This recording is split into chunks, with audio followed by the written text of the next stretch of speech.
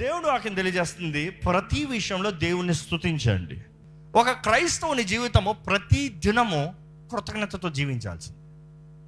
కృతజ్ఞతతో జీవిస్తాం మాత్రమే కాదు, కానీ ఒక క్రైస్తవుని జీవితము ప్రతి దినము దేవునికి స్తుతులు అర్పిస్తాం. కృతజ్ఞత అనేది దేవుడు మన దగ్గర నుంచి కోరేదండి. కృతజ్ఞత అనేది మన హృదయములో, మన తలంపులో. It is in your heart, it is in your mind. అంటే హృదయము, తలంపు ఏంటి?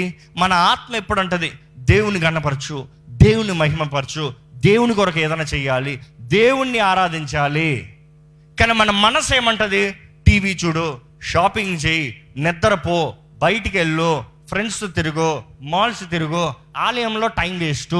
ఉన్న మాటలు చెప్తున్నా, అవునా? సో ఎప్పుడైతే ఈ రెండు పోరాడి ఒక నిర్ణయానికి వచ్చి అవును అనుకుంటుందో, మన మనసు ఏకీపిస్తేనే కానీ మన హృదయంలో ఉన్న మాట నోట్లోంచి బయటికి రాదండి. ఈ మాట చాలా జాగ్రత్తగా గమనించండి. మీ హృదయం, మీ ఆత్మ ప్రేరేపించే మాటలు బయటికి చెప్పాలంటే మీ మనసు ఏకీభవించాలి. అందుకని చాలామంది ప్రార్థన చెయ్యండి అన్నప్పుడు మౌనంగా నిలబడతారు. కారణం ఏంటి తెలుసా? ఆత్మ ప్రార్థన చేస్తూనే ఉంటుంది. ఆత్మ అంటది, దేవా నీకు వందనాలు అంటది. ఆత్మ అంటది, దేవా నువ్వు ఎంత గొప్ప దేవుడు అయ్యా అంటది. ఆత్మ అంటది, దేవా నిన్ను గణపరుస్తానయ్యా. ఆత్మ అంటది, దేవా నీకు కోట్లాది వందనములయ్యా. కానీ నోరు మౌనంగా ఉంటుంది. కారణం ఏంటంటే మనస్సు వేరే తలంచుతూ ఉంటుంది. ఇక్కడ నుండి వెళ్తే ఏం చేయాలి? ఎంతసేపు నిలబడతారు? ఎంతసేపు ప్రార్థన అంట, మరలా ఏంటి పాట అంట, మరలా ఏంటి ఇదంట అదంట, ఆలోచించరా అని మైండ్ అంటది. So there is no benefit, ఏమాత్రం ప్రయోజనం లేదు. నీ ఆత్మ ఆశపడుతుంది కానీ నీ శరీరం ఏకీపిస్తలేదు. కారణం ఏంటంటే నీ మనస్సు కలవనంటుంది. కానీ ఎప్పుడైతే ఆత్మ మనస్సు కలుస్తుందో శరీరం ఆగదు, బర్స్ట్ అవుట్. అందుకనే చూడండి, ఆరాధన సమయంలో కొంతమంది గట్టిగా దేవా నీకు వందనాలు, దేవా నీకు స్తోత్రములు, చేతులెత్తి ఎవరేమనుకుంటారో పట్టించు. ఎందుకు? ఆత్మ శరీరం రెండు లింక్ అయి ఉంది కాబట్టి మేనిఫెస్ట్. దేవుడు అంటున్నాడు, అది రావాలంటే కృతజ్ఞత ఉండాలి. నీ మైండ్లో గ్రాటిట్యూడ్ ఉందా? కృతజ్ఞత అనేటప్పుడు మొదటిగా చూస్తే మనం గ్రహించుకుంటాం. కృతజ్ఞత అన్న మాటకు అర్థం ఏంటంటే you recognising, you realising it. మిమ్మల్ని ఒక మాట అడుగుతున్నానండి, దేవుడు మీ జీవితంలో ఎంత గొప్ప దేవుడు కొన్నాడు మీరు గ్రహించుకుంటున్నారా? నా అంతటా నేను బయటకు వచ్చాను, నా అంతటా నేను పైకి వచ్చాను, నా అంతటా నేను సాధించాను, నా అంతటా నేను చేసి చూపించాను అంటున్నారా?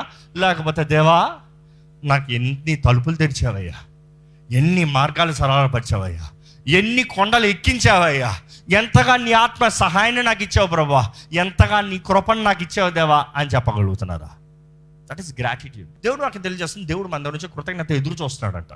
He's looking for gratitude before the praise. స్తుతులు వస్తానికి ముందుగా కృతజ్ఞతను చూస్తున్నాడు. ఈరోజు చాలామంది కృతజ్ఞత లేని స్థుతులు ఉన్నాయి. హల్లెలూయా చెప్పమంటే ఓతపదం హల్లెలూయా, హృదయంలో ఉందా? లేదు. దేవుని స్థుతి చేస్తే దేవా thank you lord, thank you God అంటారు. ఎందుకు థ్యాంక్ యూ చెప్తున్నారు? మనసులో కృతజ్ఞత ఉందా? లేదు. దేవుడు అంటాడు, నా దృష్టిలో క్లియర్. నేనే అనుకుంటానంటే ఇంతమంది హల్లెలూయా చెప్పేటప్పుడు నేనే నా మనసులో అనుకుంటాను, ఎంతమంది నిజంగా చెప్తున్నారు, ఎంతమంది ఉద్రేకాలతో చెప్తున్నారు, ఎంతమంది అనుభవిస్తూ చెప్తున్నారో, ఎంతమంది ఏదో చెప్పాలి అన్నట్టు చెప్తున్నారో. కొంతమందికి అలవాటు అయిపోయింది, కొంతమందికి ఉద్రేకం అయిపోయింది, కొంతమందికి ఏదో చెప్పాలి, 10 మంది చెప్తాను, నేను చెప్పకపోతే బాగోదు నన్ను తప్పుగా చూస్తారు. బట్ దేవుడు వాక్యం చూస్తే ఇట్ ఈస్ టోటలీ డిఫరెంట్. కృతజ్ఞతాస్తుతులు. మీరు దేవుని సన్నిధిలో ఏమైనా అడగాలని రావాలన్నా కూడా కృతజ్ఞతాస్తుతులు తెలియజేయాలి, అడగాలంట. ఫస్ట్ ఇవి ఉండాలి. These are the balance. కానీ ఈరోజు ఎంతోమంది దే హ్యావ్ లాస్ట్ ఇట్. దేవుడు అంటాడు, ఏంటయ్యా మీ పాటలు ఏంటి, మీ కార్యాలు ఏంటి, మీరు చేసేది ఏంటి, నాకేం అర్థం కావట్లేదు. ఎంతమంది నిజంగా దేవుడు మన పట్ల చేసిన కార్యాలు బట్టి కృతజ్ఞత కలిగి ఉన్నామండి? కృతజ్ఞత అనేటప్పుడు the fair exchange of gratitude. అనుకుని చూడండి, 2 వ్యక్తులు ఉన్నారండి, లేకపోతే మీలోనే చెప్తాను, ఎవరన్నా ఒకరికి కష్టంగా ఉన్నాను, లేకపోతే ఇక్కడ ఆటో దిగారు, డబ్బులు కావాలి, ఒక 100 రూపాయలు, ఒక 300 వరా అన్నారు, పట్టని ఇచ్చాను, థ్యాంక్ యూ అంటారు. అంటారా? కొంతమంది అన్నవారు కూడా ఉంటారులే. ఎవరన్నా థ్యాంక్ యూ అన్నారు అనుకో, పర్లేదులే, అయిపోయింది, దట్స్ ఫైన్. థ్యాంక్ యూ చెప్పావు, పర్వాలేదు అన్నావు, ట్రాన్సాక్షన్ ఓవర్. కానీ ఇంకొక వ్యక్తి 1,00,00,000 అప్పుతో మునిగిపోయి అన్నీ పోగొట్టుకుని ఇంకా బ్రతుకుతాడా చస్తాడా చంపుతానికి మనుషులు రెడీగా ఉన్నారన్న పరిస్థితుల్లో నీవు వెళ్ళి ₹1,00,00,000 ఇచ్చావు. అతను బయటికి తీసుకొచ్చిన తర్వాత అతను కానీ థ్యాంక్ యూ, న్యాయమా? థ్యాంక్ యూ చెప్పాలి కదా, చెప్పాను కదా, థ్యాంక్ యూ కదా. నువ్వు 300కి థ్యాంక్ యూ చెప్పు, ఆయన ₹1,00,00,000 థ్యాంక్ యూ చెప్పాడు, రెండు ఒకటేనా? No, it's different. ఈరోజు చాలామంది దేవుని దగ్గర కూడా అలాగే థ్యాంక్ యూ చెప్తున్నారండి. స్తుతులు చెప్పాలా? థ్యాంక్ యూ దేవా, స్తోత్రమయ్యా, నీకు వందనాలు. నో నో నో, దేవుడికి ఎలా ఉంటుంది తెలుసా? ఇచ్చినోడికి ఎలా ఉంటుంది చెప్పండి? 300 ఇచ్చినోడి గురించి బాధపడతాడా? ₹1,00,00,000 అంత కష్టంతో త్యాగంతో ఇస్తే థ్యాంక్ యూ ఓవర్కి ఏదో వచ్చి నోటి చెప్పినట్టు చెప్పి వెళ్ళిపోతే ఊరుకుంటాడా? ఏయ్ ఇవి కృతజ్ఞత లేనోడికి నేను ఎందుకు కావాలి? చావు, ఈ చావు అయితే చావు, తీసురా. You see, that is the attitude మనుషుడికే. ఈరోజు ఎంతమంది దేవుని సన్నిధిలోకి వచ్చి దేవుడు మీ జీవితంలో చేసిన కార్యాలన్నీ చూసి నేను అడిగితే చెప్తారు వద్దులే. నరకం నుంచి లేచిన వారు ఉన్నారు ఇక్కడ, మరణ పడక నుండి లేచిన వారు ఉన్నారు ఇక్కడ, జీవితం ఏం అర్థం కాని సతమతమైన పరిస్థితుల నుండి బయటికి పడిన వారు ఉన్నారు ఇక్కడ. ఇంక అయిపోయింది, నా పరువు అయిపోయింది, నా పని అయిపోయింది, నా జీవితం అయిపోయింది అన్నవారు కూడా ఈరోజు ఇక్కడ కూర్చొని ఉన్నారు. అవ్వకుండా జయముతో. కృతజ్ఞత ఉందా? కానీ ఈరోజు ఎంతమందికి కృతజ్ఞత లేదు. ఒక మాట నిజంగా చెప్తా, ఎంతమంది దేవుని సన్నిధిలోకి వచ్చినవారు ఈరోజు ఇక్కడ వచ్చిన వారిలోనే మీరేదో కావాలని అడుగుతానికి వచ్చిన వాళ్ళు ఉన్నారేమో, ఏదో పొందుకుంటానికి వచ్చిన వాళ్ళు ఉన్నారేమో, ఏదో స్వస్థపరుస్తాడని వచ్చారేమో, ఏదో నాకేదో లాభం కలుగుతాడని వచ్చారేమో, నాకేదో ఉద్యోగం ఇస్తాడని వచ్చారేమో. దేవుడు అడిగేది మీ కృతజ్ఞత ఉందా? దేవుని సన్నిధిలో లేకపోతే యాజకుడి దగ్గర వచ్చిన వాళ్ళు ఎవ్వరు ఓరక రాలేదండి. సమూయేలు దగ్గరికి వెళ్దామని సౌలు తన దాసుడు గాడిదలు ఎక్కడ పోయో సజెషన్ ఇస్తాడు దాసుడు.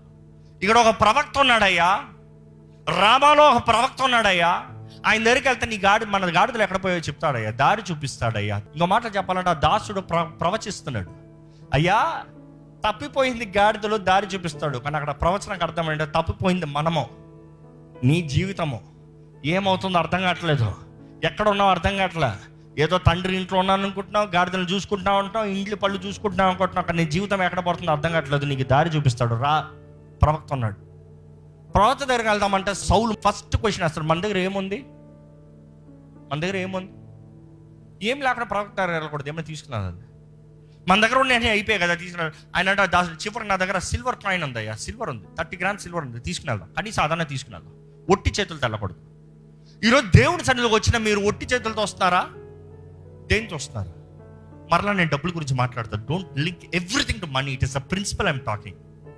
స్తుతి దేవుడు కోరేది, స్తుతి. విరిగి నలిగిన హృదయాన్ని దేవుడు కోరుతున్నాడంట. The broken and contrite heart, the heart of gratitude. దేవా వందనాలు. దేవుని సన్నిధిలోకి వచ్చేవారు ఒక ఎదురు చూపుతో వస్తే మాత్రమే యూ విల్ రిసీవ్. ఆయన ఏదో సిల్వర్ కాయిన్ తీసుకుని వచ్చారు, కానీ సమయాలు ఎదురు చూస్తా ఉన్నాడు, రా రా రా. వాళ్ళు చెప్తారు ఆయన వచ్చే ముందు తొందరగా వెళ్ళండి అయ్యా, ఆయన పైన బలి ఇస్తానికి వెళ్ళిపోతాడు, వెళ్ళిపోయడానికి మరలా నీకు దొరకడు, తొందరగా వెళ్ళాయి. ఈ రోజు వచ్చాడు ఊర్లోకి, ఆయన దగ్గరకు వచ్చేటప్పుడు సమయాలు అంటాడు, నువ్వు నాతో పాటు పైకి రా, బలైన తర్వాత నీతో మాట్లాడాలి. బలైన తర్వాత చూస్తాం అక్కడ కూర్చుని పెట్టి చెప్తాడు దాసులతో, అయ్యో నేను ముందే చెప్పాను చూడు, పీస్ మంచి పీస్ ఎత్తిపెట్టావు చూడు, నేను ముందే నీకు చెప్పాను చూడు, అది తీసుకొచ్చి ఇవ్వి సౌలుకి. ఈయన కాయిన్ గురించి ఆలోచించేటప్పుడే, యాజకుడికి ఏమివ్వాలి అని నిర్ణయించేటప్పుడే దేవుడు చూడండి, ట్రాన్సాక్షన్ అర్థమవుతుందండి. మనుషుడు దేవుని దగ్గరకే వచ్చి దేవునికి ఏమి ఇద్దాం అనుకునేటప్పటికే దేవుడు ఆ మనిషికి ఏమివ్వాలో సిద్ధపరిచాడు. You see the transaction. ఈయన కలిగింది ఈయన తీసుకొచ్చాడు, ఆయన కలిగింది ఆయన ఇస్తున్నాడు. ఆయన వచ్చినప్పుడు కేవలం రాజుకి అభిషేకిస్తాం మాత్రమే కాదు, యాజకుడు ఆయన పరిచారకులు చెప్తున్నాడు, ముందే చెప్పాను చూడు, ఆ లెగ్ పీసు తీసురా ఈయనకివ్వి, ఆ మెయిన్ పీస్ ఈయనకివ్వి, ఈయనకని ఎత్తి పెట్టింది తీసుకొచ్చి ఈయనకి పెట్టు.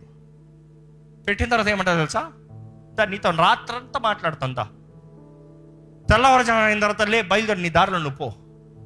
పంపిస్తూ దాసుడు చెప్తాడు, నువ్వు కొంచెం ముందుకు పోయి వెయిట్ చేయి, ఇంత పర్సనల్గా మాట్లాడాలి. పర్సనల్గా మాట్లాడినప్పుడు ఏంటి తెలుసా, వెల పెట్టి కొనలేని అభిషేకాన్ని పొందుకున్నాడు ఆయన. ఆయన హార్న్ని తీసి నూనెతో అభిషేకించి తల నుండి, ఆ రోజు అభిషేకం అంటే అంత తల మీద వేస్తే కింద వరకు కారాలంట, అట్లే అట్లే కారాలి, మొత్తం కాలి మునిగిపోలే. అలా అభిషేకించి రాజుగా అభిషేకించి పంపించాడు. You see, when you come to God with expectation, God is already prepared what he has to give you. ఈరోజు ఎంతోమంది కృతజ్ఞత లేదు కాబట్టి దేవుని దగ్గర నుంచి ఏం పొందుకోలేకపోతున్నారండి. దేవుని సన్నిధిలోకి వస్తారు, దేవా నాకేమని ఇస్తావా? దేవుడు అంటాడు, నువ్వేమొచ్చావు? విరిగి నలిగిన హృదయాన్ని దేవుడు ఎప్పటికీ అలక్ష్యం చేయడంట. విరిగి నలిగిన హృదయంతో దేవుని సన్నిధిలోకి వస్తే God is never saying no, he is always saying come.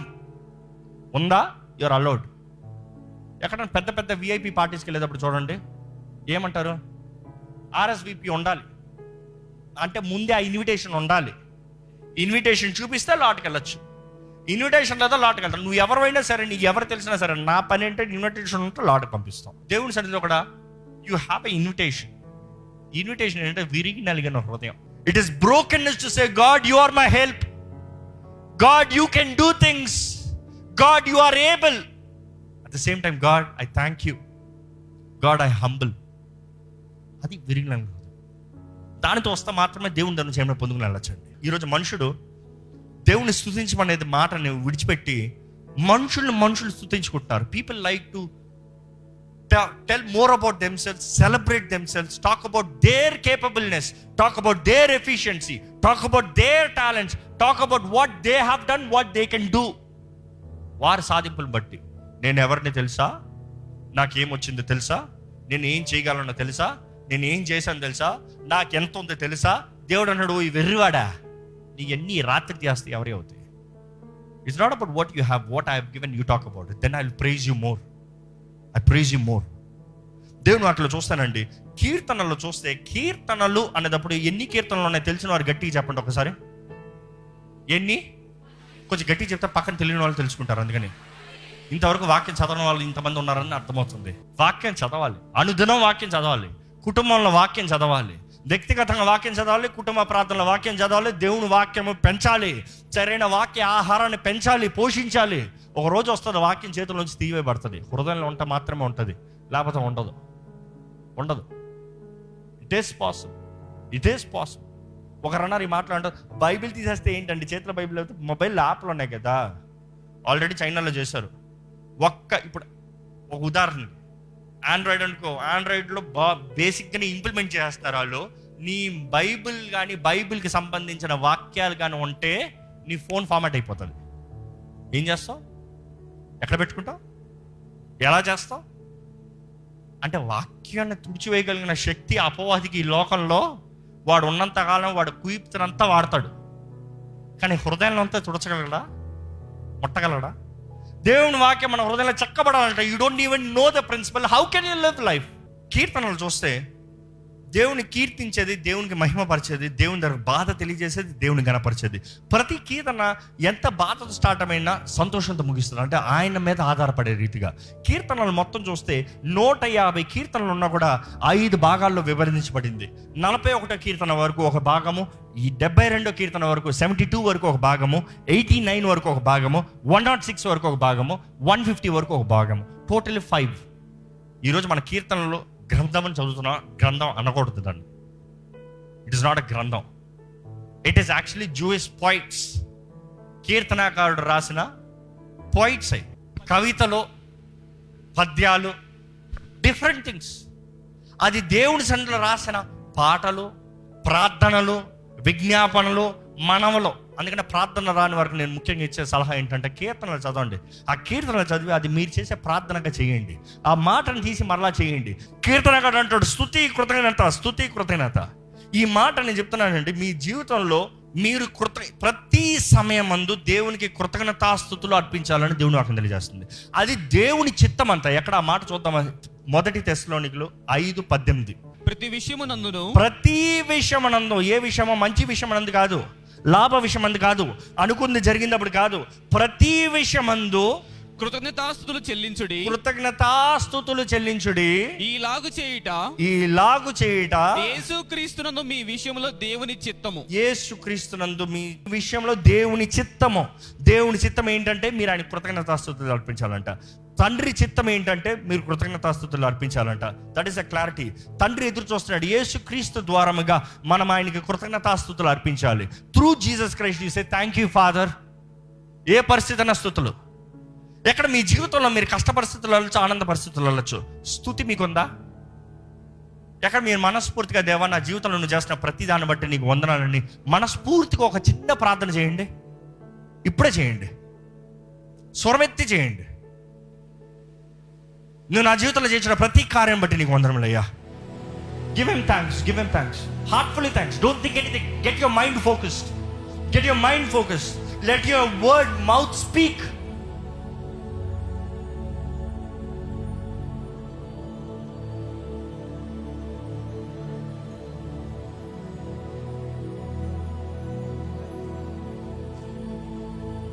దేవ, ఇక్కడ ఉన్న ప్రతి ఒక్కరు హృదయాన్ని ఎరిగిన దేవుడు అయ్యా, వారిని స్తుతులు చెల్లించుకున్నాను. నువ్వు వారిని మొట్టమని వేడుకుంటున్నాను అయ్యా, వారిని దర్శించమని వేడుకుంటున్నాను, వారి జీవితంలో కార్యాన్ని జరిగించమని వేడుకుంటున్నాను. కృప కనికరములు కలిగిన దేవ, కృతజ్ఞత కలిగిన వారికి అధికంగా ఇచ్చే దేవుడు అయ్యా, అధికంగా ఆశీర్వదించే దేవుడు, అధికంగా ఇచ్చించే దేవుడు. నీ కార్యంలో వారి జీవితంలో జరిగించమని వేడుకుంటున్నాను. నజరేయుడైన యేసు నామములో అడిగి వేడుచున్నాం తండ్రి, ఆమేన్. దేవుని వాక్యం చూస్తే కీర్తనలు 107 కీర్తనలు చూస్తే 7 నుండి 32 వచనాల వరకు చదువుకుంటూ వెళ్తే చాలా ఉంటుంది, కానీ అందులో స్పష్టంగా తెలియజేయబడుతుంది సంఘముగా, సమూహముగా, జనుల మధ్య, ఊరిలో పెద్దల మధ్య, అందరి మధ్య దేవునికి కృతజ్ఞతాస్తుతులు తెలియజేయమని. Give him thanks. వర్స్ 22 చదువుతారండి. వారు కృతజ్ఞతార్పణలు చెల్లించుదురుగాక ఉత్సాహధ్వనితో ఆయన కార్యములను ప్రకటించుదురుగాక. ఆయన కార్యములు ప్రకటించుదురుగాక. ఈ మాట వర్షిప్ అన్న మాటలో, ఆరాధన మాటలో ఒక మాట గత కొన్ని వారాలుగా, కొన్ని నెలలుగా మీకు హైలైట్ చేశాను. ఏంటి ఆ మాట చెప్తారా? హల్లెలూయా అన్న మాట అన్నదప్పుడు ఏమంటున్నాను? హలాల్. హలాల్ అన్న మాట ఏంటి? ఉత్సాహ ధ్వనితో, ఉత్సాహంగా, ఎగ్జూబిరెంట్, ఘనంగా చేతులెత్తి, స్వరమెత్తి, అవసరమైతే గంతులు వేస్తూ, ఉన్న బలమంతా కనబరుస్తూ సంతోషంగా చెప్పేది హలాల్. బలంగా చెప్పేది, గట్టిగా చెప్పేది హలాల్. ఎక్కడ ఒక్కసారి గట్టిగా హలాల్ చెప్పండి చూద్దాం.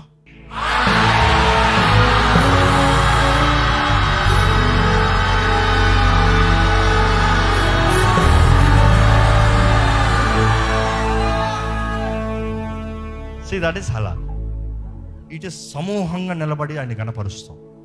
బట్ ఈరోజు I want to introduce to you another word, another act of worship, another way of worship.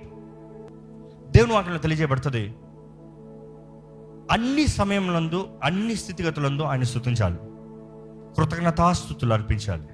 ఈ సంవత్సరంలో నా జీవితంలో దేవుడు నేను అనుకున్నది, లేకపోతే నాకు కావాల్సింది, లేకపోతే నాకు మేలు, లేకపోతే నాకు ఆశీర్వాదం, లేకపోతే నాకు ఒక దీవెన, లేకపోతే నాకు ఒక స్వస్థత దేవుడు అనుగ్రహించాడు అన్నవారు బిగ్గరగా ఈసారి మరొకసారి హల్లెలూయా. రెడీ? 1 2 3.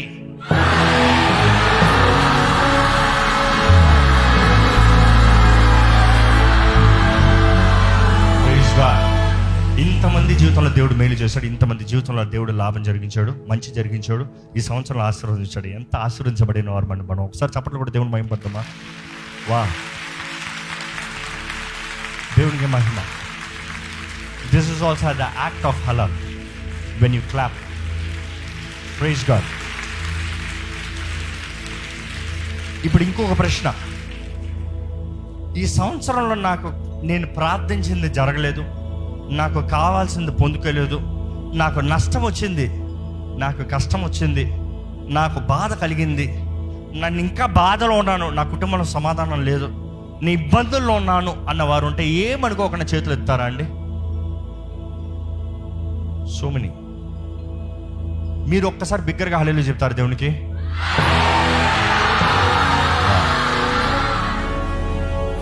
ఎలాగండి అది? ఎలాగండి?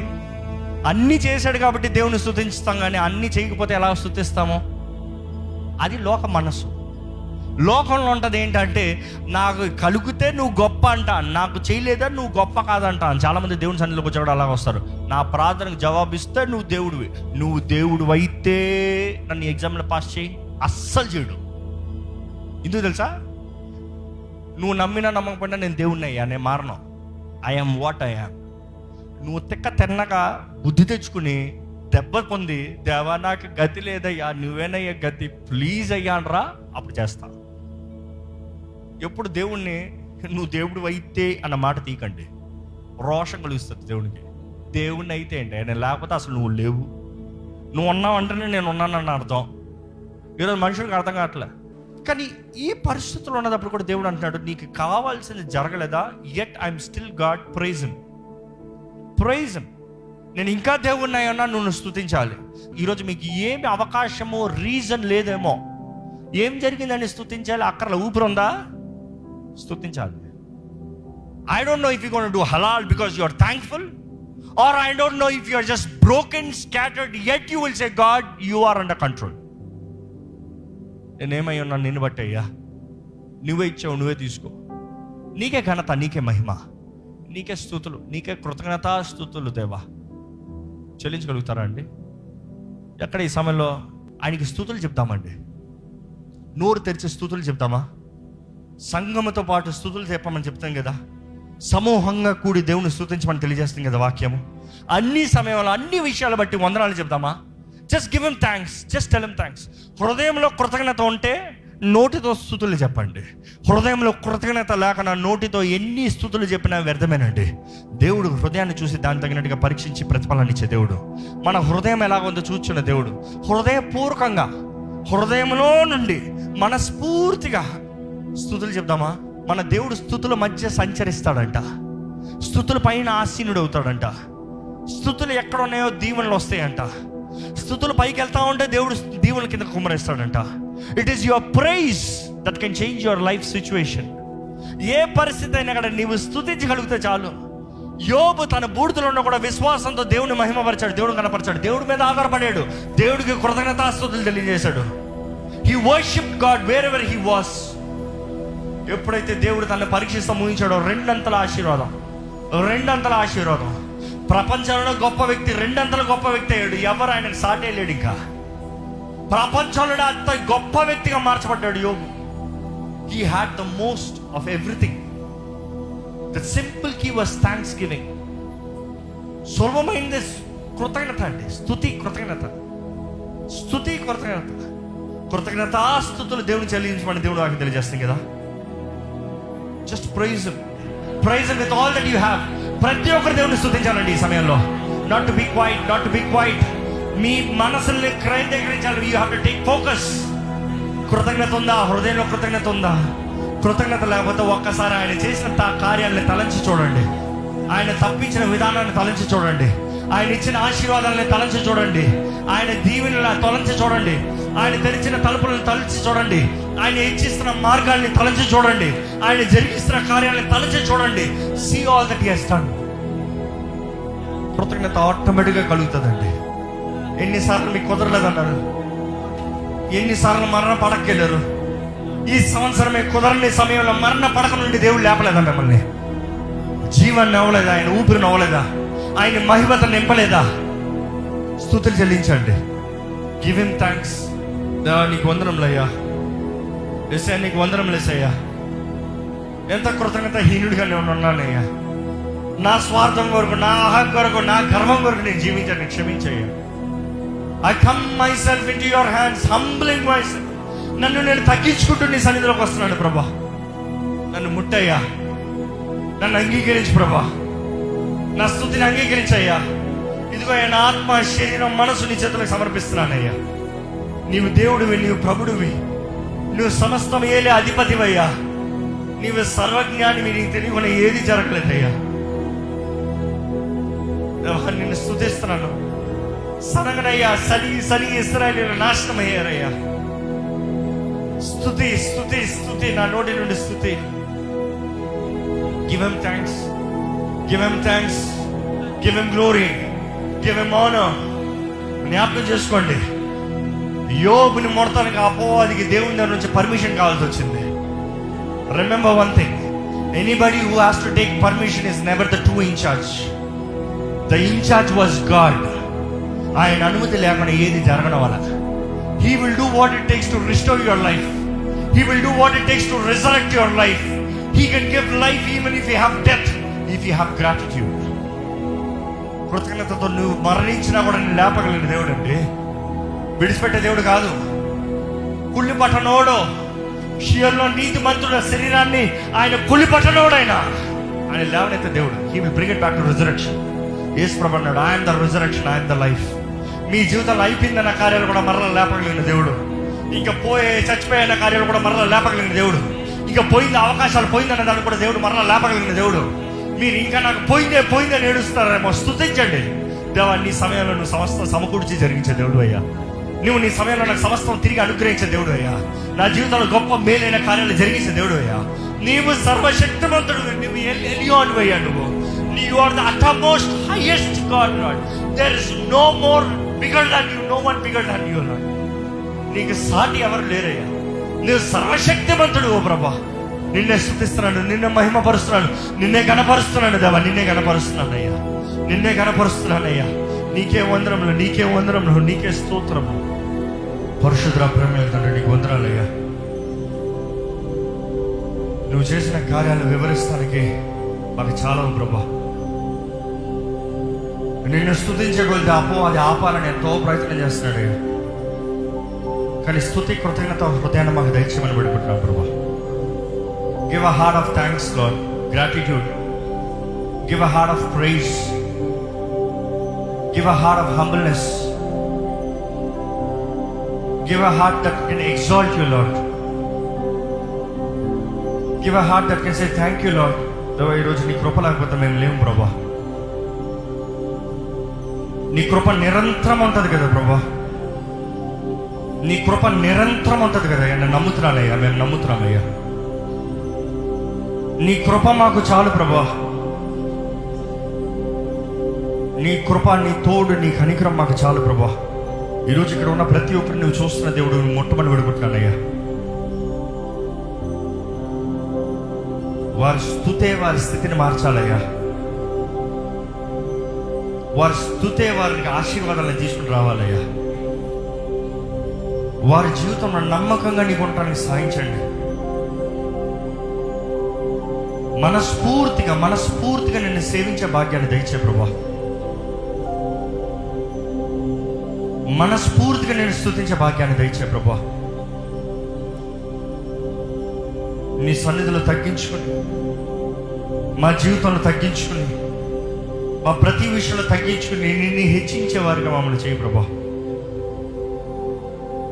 నిన్ను గణపరిచే భాగ్యం, నిన్ను గణపరిచే జీవితంలో ఇక్కడున్న మా అందరి జీవితంలో అనుగ్రహించమని పెడుకుంటూ నజరేయుడైన యేసు నామములో అడిగి వేడుచున్నాము తండ్రి, ఆమేన్.